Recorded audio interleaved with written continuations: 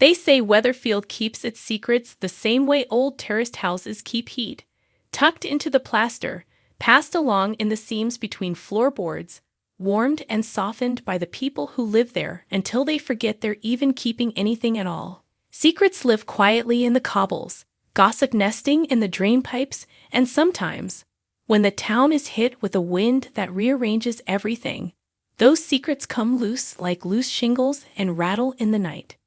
Lisa Swain had always thought of herself as someone who lived with the least possible ballast. Arrests have a way of making you pragmatic about the heart. Training teaches you that you can't afford romantic illusions when people might die for believing them. And yet the heart has an autobiography all its own. It keeps things for reasons the head cannot always justify.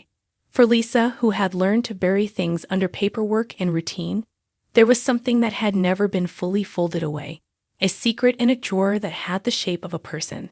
The band episode had been a myth in Weatherfield for years.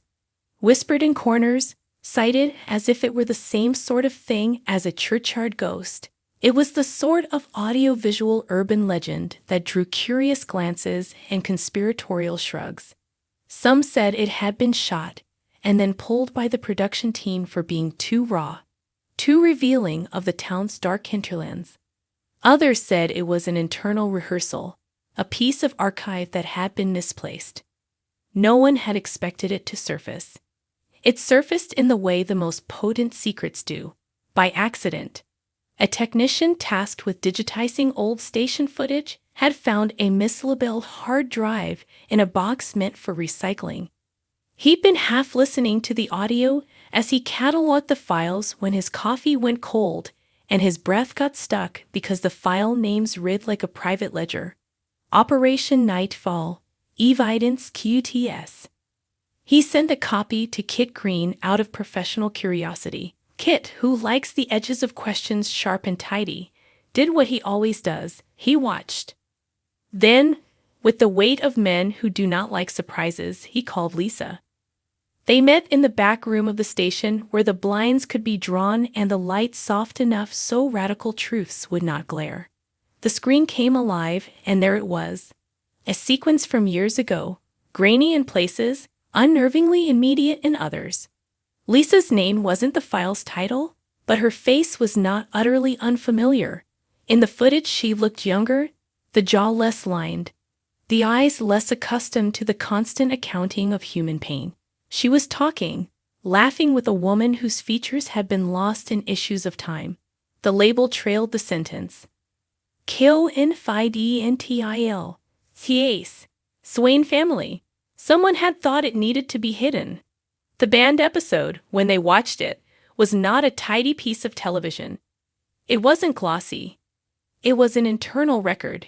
It had been captured during an undercover operation whose purpose was muddied by the passage of years and the way institutional memory blurs nuance.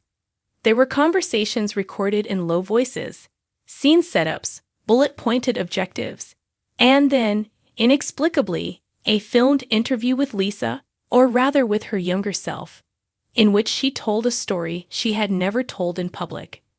In the footage, a microphone trembled between the hands of a man in a plain suit.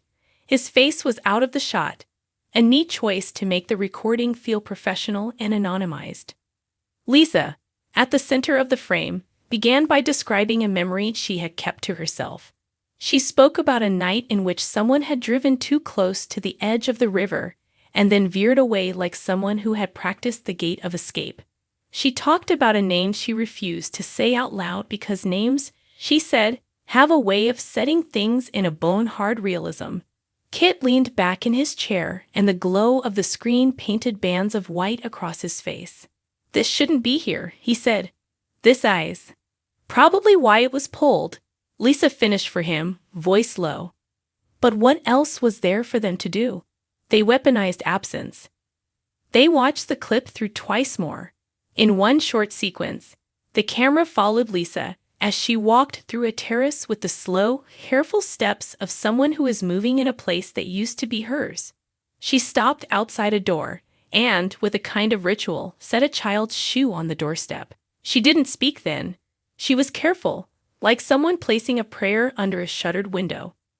Betsy, Kit breathed. The nay was small, a pocket of heat. Lisa's daughter had been the vector through which every complicated feeling had passed. Betsy had always been the reason Lisa kept her secrets tucked away. When you have a child, the economy of the universe becomes brutal and binary. Whatever you do is measured for the child's life, and that measurement makes you do strange things. As the footage unspooled, a second strand emerged. One that